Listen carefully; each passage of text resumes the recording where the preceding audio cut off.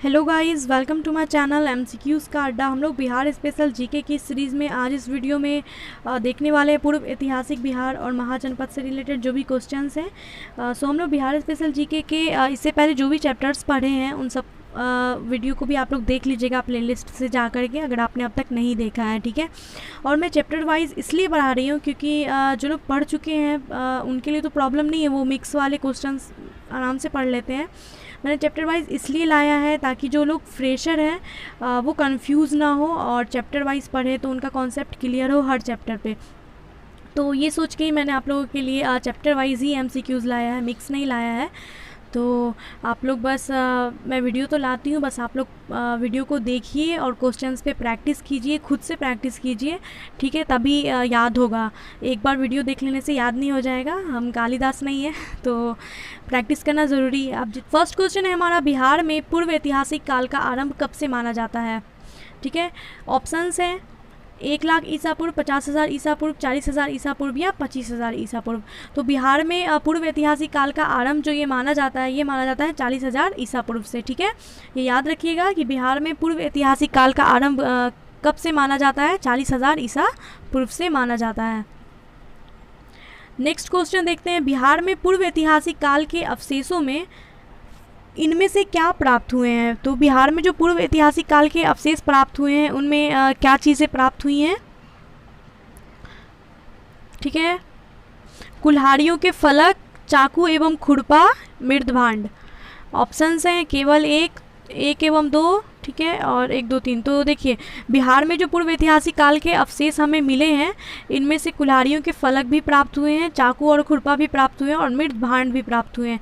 तो इसका आंसर हो जाएगा हमारा 1, 2 and 3, option D.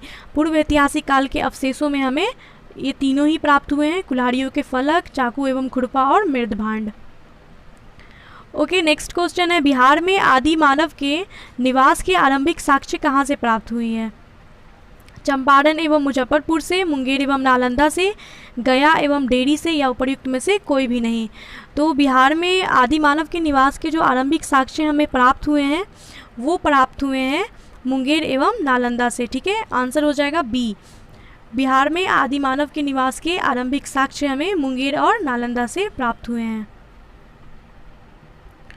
Okay, next देखते हैं। नेक्स्ट क्वेश्चन है, बिहार में आदि मानव की उपस्थिति के आरंभिक साक्ष्य किस युग के हैं। तो आदि मानव निवास के जो आरंभिक साक्ष्य हमें मुंगेर और नालंदा से मिले हैं वो किस युग के हैं। पूर्व प्रस्तर युग, मध्य प्रस्तर युग, नव प्रस्तर युग या हड़प्पा युग। तो जो आदि मानव के उपस्थिति के साक्ष्य हमें मिले हैं मुंगेर और नालंदा से, ये किस युग के हैं। तो ये हमारे पूर्व प्रस्तर युग के हैं, ठीक है, पूर्व प्रस्तर युग।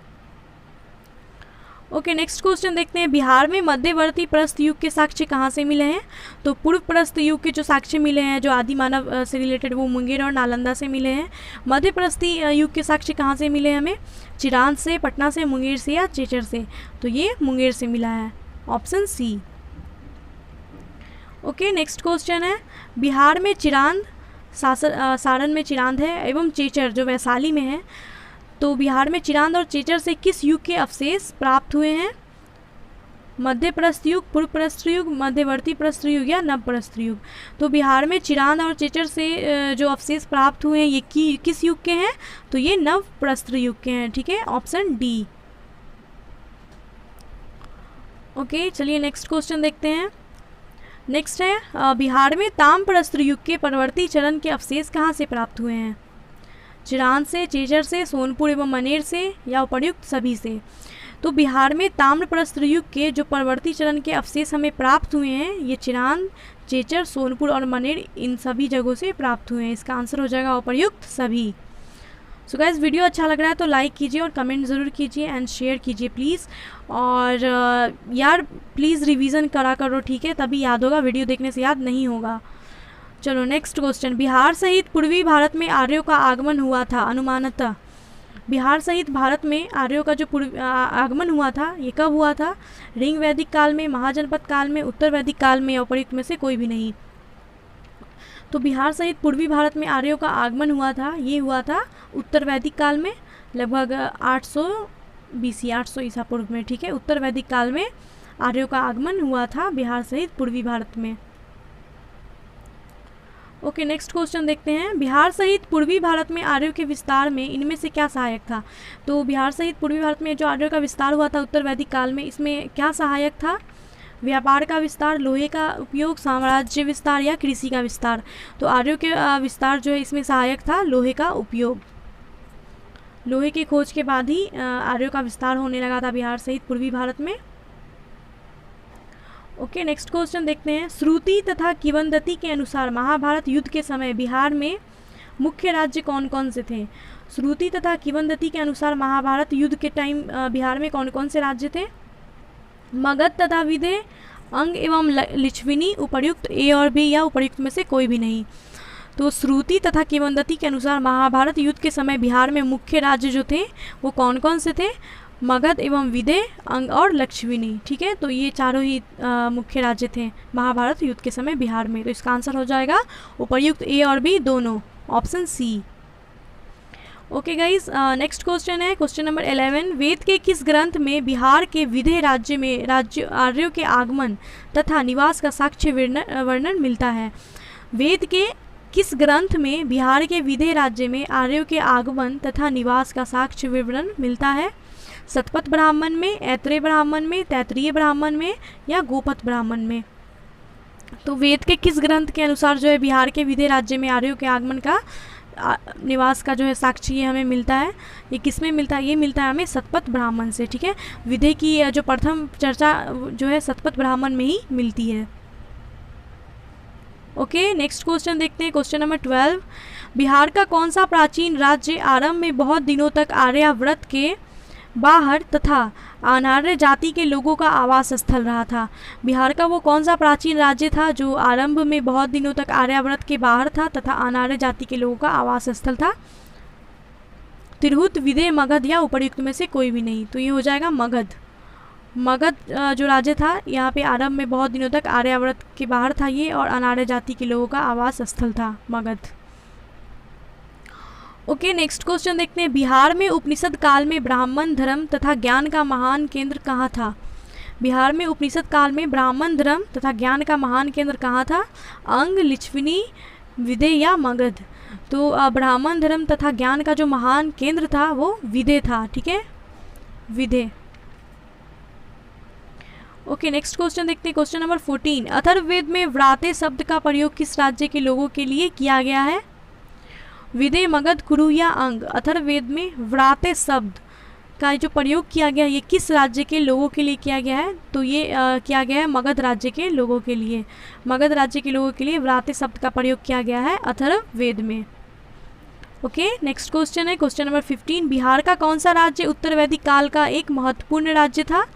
उत्तर वैदिक काल का कौन सा एक राज्य महत्वपूर्ण था बिहार का? मगध, अंग, वज्जी या विदेह?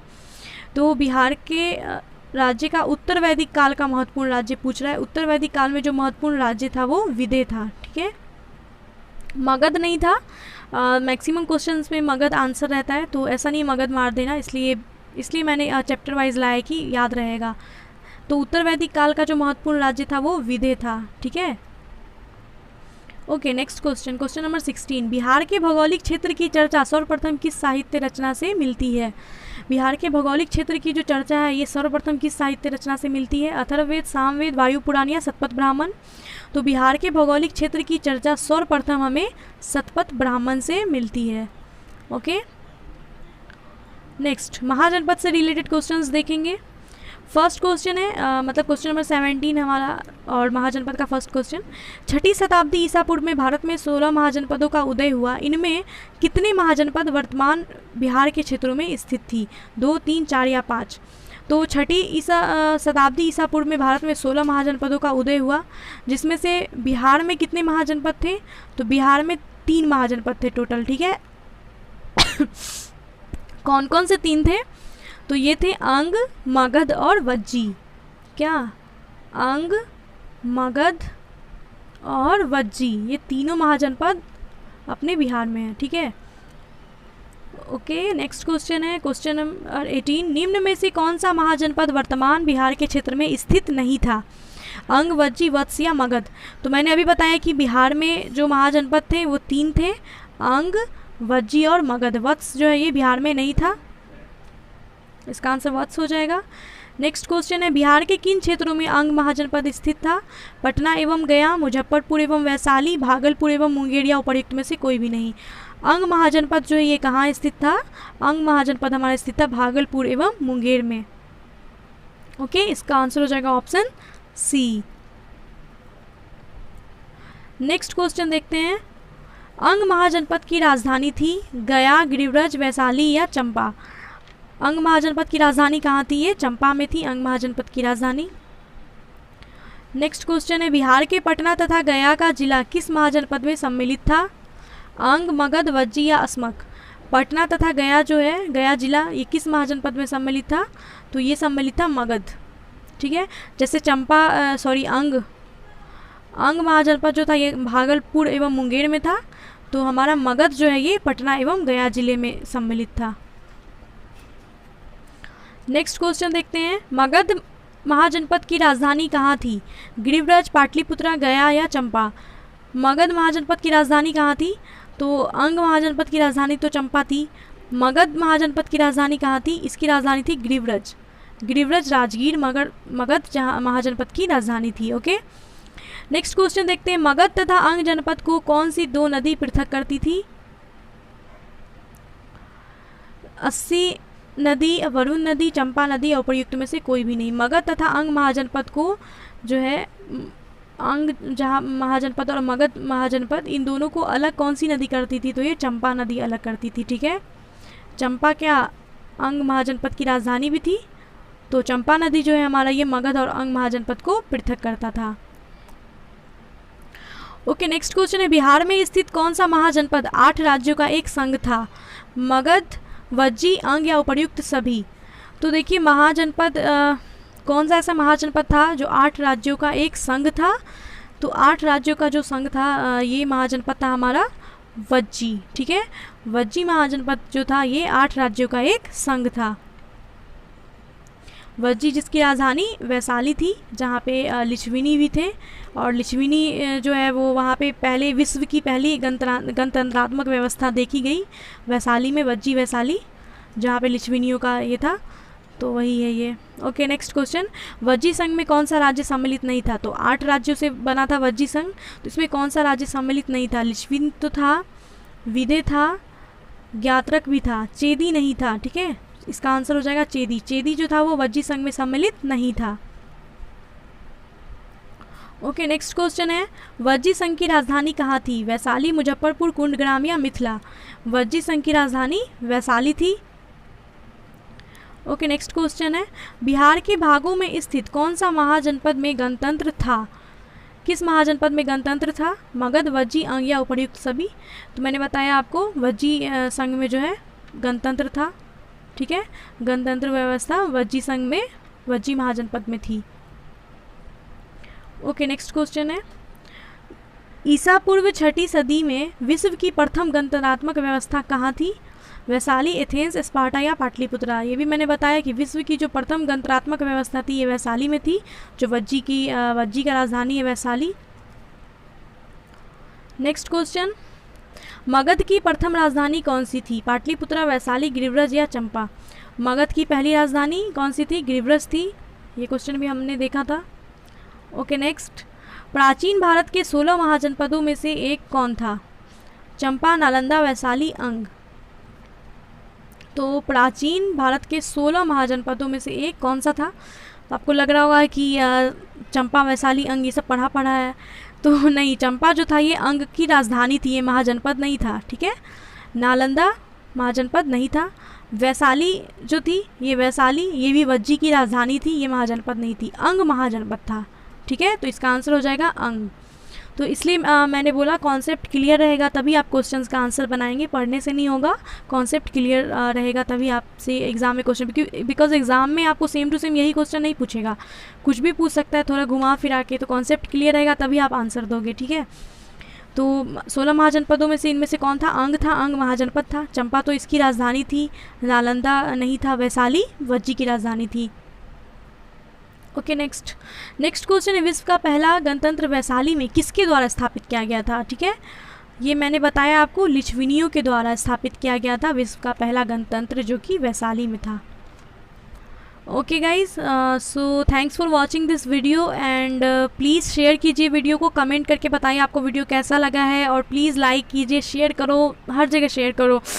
मैं इतना मेहनत कर रही हूँ तो बस यार थोड़ा सपोर्ट कर दीजिए आप लोग, और कुछ नहीं चाहिए। शेयर कीजिए, वीडियो को लाइक कीजिए और प्यारे प्यारे कमेंट्स कीजिए, तो मुझे अच्छा लगता है आप लोग कमेंट करते हैं। मुझे लगता है कि हाँ आपको वीडियो अच्छा लगा, तो मोटिवेट होती हूँ मैं, और कुछ नहीं। तो चलिए, thanks for watching this video and मिलते हैं नेक्स्ट वीडियो में, और तब तक के लिए बाय एंड टेक केयर।